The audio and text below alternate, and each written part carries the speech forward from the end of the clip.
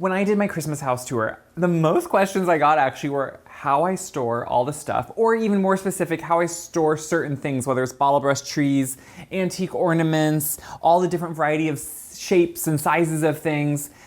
So I'm gonna go through and tell you a few of the things that kind of hit the main points, and I can kind of transpose into all the different items that I do store, because yes, having collections, whether they're antique, whether they're new, they take some time to actually think how you're gonna store them to keep them looking nice, especially more antique things. You know, you're not gonna be remaking them. They're not gonna be new ones made. They are what they are, so you wanna keep them nice so you can keep using them year to year and hopefully store them in a way that protects them, but's also kind of efficient. So to start, I'm gonna talk about some old, smaller, more fragile ornaments. Here I have kind of my bohemian glass or check glass ornaments. They're very fine, they're all little glass beads put together with wire, and you wanna protect them and keep them as intact as you can.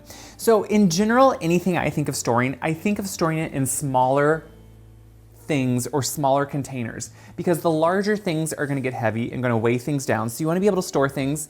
And what I like about these is, and they're available anywhere, but they kind of come up and have small layers so you don't get really weighted down by the weight. So I always start with putting some plastic wrap or bubble wrap in the bottom. And I use bubble wrap instead of something like newspaper or a crinkly paper because it's softer. It isn't abrasive. Like a newspaper could also leave a residue on it or kind of rub off some of the color on it, or that harder crinkly paper could damage the thin paints that can be really fragile. So what I do with these is I start taking them and I just put them in a thin layer. I do not overlap them.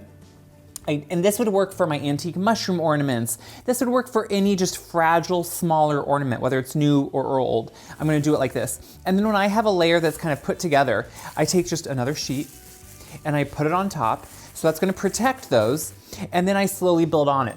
This way I don't wrap each individual one, which I also think can sometimes harm it.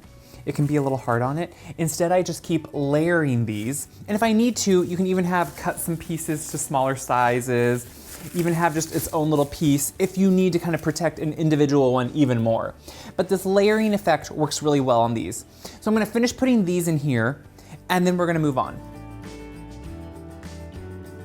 When I'm finishing up and I have a layer somewhat in and I'm not gonna add any more, I still make sure to layer on some of that bubble wrap on top. I wanna really create that when the lid is on, it's not too tight, obviously, as in crushing them, but it creates a tight environment in the sense that once you put that lid on, you can shake it slightly and they still don't move. And that's what you want. You want them to be secure. I mean, I don't have earthquakes or anything, so it's not a problem. But even if you do accidentally, as you're moving it, you go sideways, they're all intact. They're not jostling into each other. It keeps them all separated. It sounds, okay, I'm obsessed with collecting.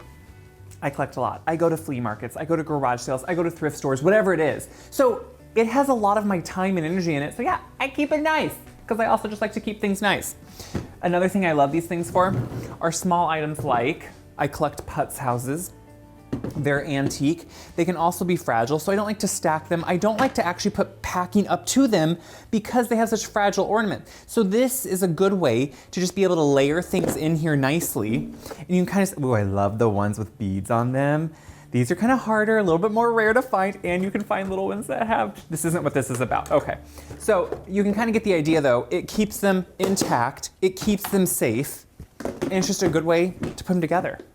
So for other ornaments, even for ornaments that are on like a tree like this, larger pine cone type ornaments that are glass, again, I used to think, why wouldn't you just get a huge tub, fill it up, whatever it is? Well, for a couple reasons, that's not the best. A huge tub, one, it gets really heavy and cumbersome to move. So if you're gonna put in large glass ornaments, they get heavy. They kind of get out of sorts. It can be hard to kind of get them in there. So again, I like smaller tubs that can just hold things nicely. They don't get too heavy and packed down. You can keep things better. And for the same reasons as before, I use bubble wrap. So here I'm gonna use these have been on my dining table actually all throughout Christmas. They're antique kugel ornaments. I talk about my obsession with them, how beautiful they are. But this is how I would do really any type of larger ornament, is I'm gonna put it again in the bubble wrap. And this one I do, since it's heavier, the paint is actually on the inside of these ornaments, so you don't have to worry about paint rubbing off or anything. And then I start just layering them in here. And you kind of, yes, have to work around, and if you have a few smaller ones, a few larger ones, you kind of pack it depending on what fits better. But I just make sure to have bubble wrap around each one because then they don't cling or clang. And this is gonna be, you know, I do the exact same thing with a lot of these ornaments. And I start with trying to put them in groups. So the biggest ones will try to go in one tub. If a few of the smaller ones fit on top, that's good, but you go with sizes because bigger ones can crush smaller ones. So you don't wanna fill up with small ones. You wanna put your bigger things in the bottom and then kind of work up. And again, the plastic wrap just really kind of protects them as you go. It keeps them safe. And as you do it on each one, you're gonna make sure, I love this color. That's a good color. Some of the colors are more rare. It's one of those things, I know. Not what it's about, but you guys, this is my point. I have such a love for some of these things, and this is actually a collection Mom and I share. I have the majority of them over at her house this year. So with these, you just wanna make sure they're extremely old. They're extremely heavy. Reproductions are made, you gotta be careful. I'm gonna finish up on these, and then we're gonna go to the bottle brush trees, which it's really not tricky at all, but I'll show you what I do. As you're finishing up or you get on top, you can start layering them. If you don't want to put bubble wrap around each one, everything around here right now has bubble wrap. You can put one in without bubble wrap in between some of the others and then continue with bubble wrap and kind of encase it. The more thing is that you just don't want them to touch each other's edges and be jostled around. Now, obviously they're touching each other in the bowl all year. So it's not all Christmas time. So it's not a huge problem if they're not moving, but it's the moving of them. If you happen to like clean wherever you store things. So I store everything in my basement. I have an old farmhouse basement and nothing pretty. I know you always say you want to see it. No, it's ugly, it's yucky, but I just have big open shelving down there. And because there's really no usable space, it's low ceiling. But it just allows me to put tubs. I label them, I can see in them, I know where they're at. I have one whole bay that is just, yeah, Christmas. So for bottle brush trees, I love them. You can get new ones. I, of course, find old ones because I'm obsessed with them. The thing with them is, as they age, as with anything, probably with us too, they dry out. So they get pretty brittle. And some of them, like this one, I think when I bought it, it was already like this, where it's starting to lose some of its, not needles, but their bottle brushness. And what you want to be careful with is, if they smash each other, you can see this one was a little bit more, I think it came with a set of other ones I got, so that's why it's kind of messed up, because I usually don't buy them like that. But if they smash against each other, they can get unshapely. They can start to lose their shape. So what I do, I don't wrap them because that again could push on them. I take a tub that's kind of medium sized like this, and I just set them in it upright.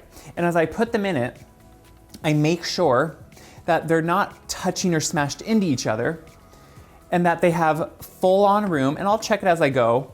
I'll check to make sure the lid isn't gonna crush, gonna be able to close. I'll make sure things like that can fit in there. And I'll keep placing them in beside each other. And yes, I'm gonna admit, this is one of those things that it takes extra room. There's no question about it. But if you like a collection and you want to stay nice, these are the things you have to do. So I'm giving it plenty of space. I'm giving it all that extra room it really kind of needs and deserves. They did nothing wrong to you. You have to treat them nice, right? And the one thing I will say I do, it's slightly different. On the really small ones, like this one, that are extremely lightweight, there's like nothing to it. If you have really larger, heavier ones, I do sometimes. One, you could place them if there's really small, kind of underneath the canopy of the larger trees. Or you could take this, turn it upside down, and it will just nestle very safely right in like a crook of two trees without pulling it down or without misshaping it. And that's kind of the biggest issue, is you just don't want to misshapen them, and you don't want them to hit each other and damage each other. But the upside down, surprisingly, I've been doing it for quite a few years. It does not, I would not do it if it did anything to them. These things, no. They're so fun, and so you really want to be able to enjoy them for years to come. Maybe even pass them down to your kids, your nieces, your nephews, whatever it is, because I don't know, they just harken back to a much more, kind of a fun time when you go to a 5 and dime store and just buy these. So that's what I do. And yes, I will even save the fake snow. Why would you throw it out? Don't be wasteful. I'll put it in a plastic bag. I'll save it. I'll use it next year. I'll pick out any kind of dirt that would be in it. Like here's a needle. And yes, I will save that and use it. That's the point. I don't like to waste. I like to be able to reuse.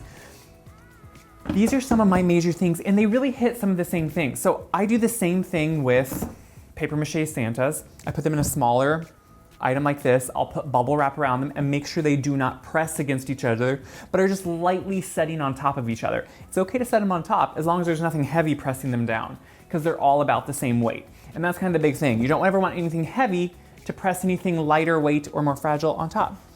So these are some of my processes. This is what I'm gonna be doing for a little bit here as I take all my Christmas down.